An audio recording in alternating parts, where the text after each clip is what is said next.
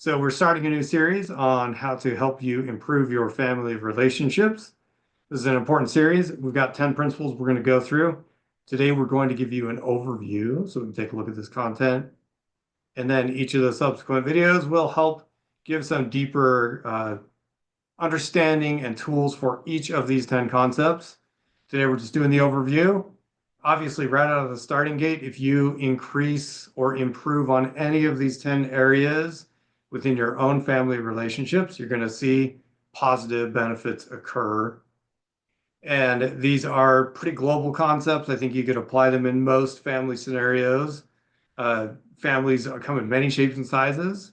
There's blended families and small families and large families and everything else in between.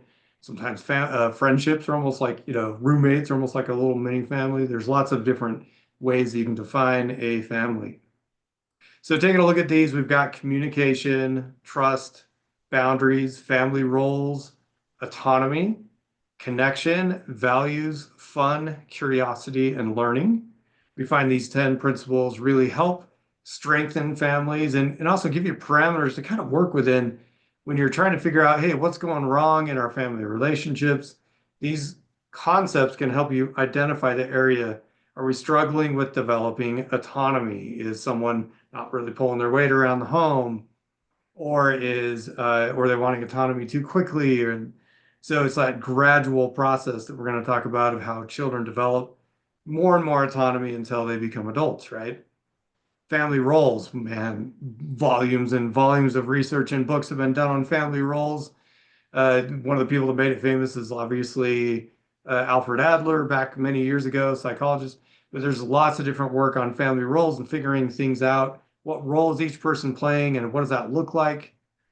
And if a person's if you've got a kid who's trying to take on the authority figure role within the family, well, what about the parents, right?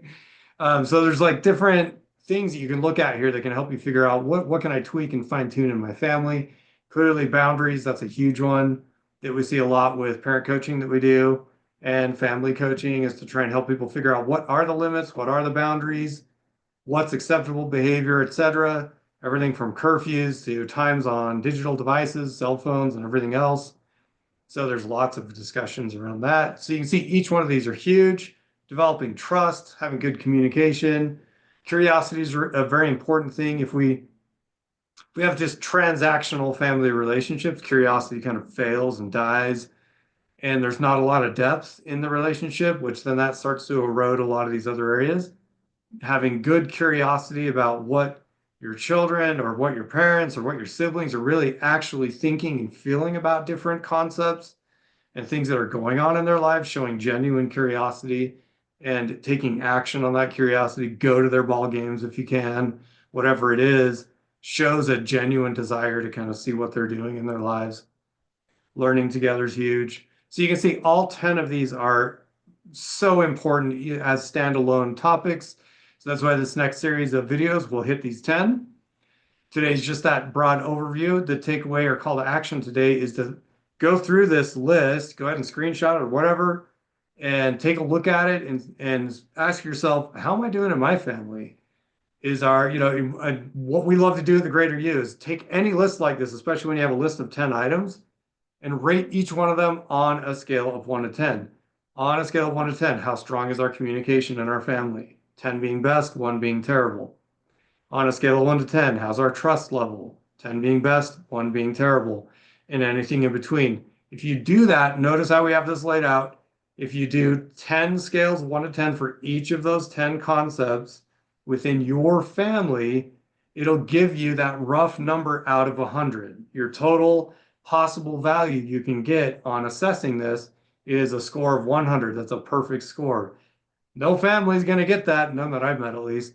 But if we want to see those scores on this, we love to see them above 80, right?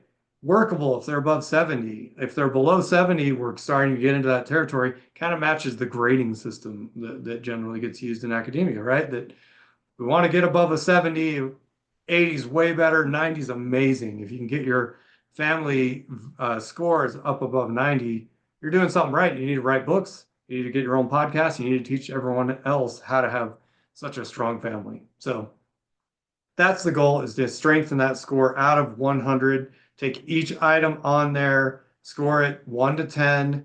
That'll give you your number out of 100.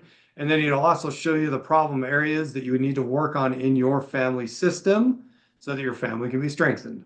So give that a go. Like this video if you liked it. Please share your thoughts and comments about what works in your family, what doesn't. And, come back. We've got more videos to come on this topic in the coming future. Thank you so much for your time today. We'll talk to you soon.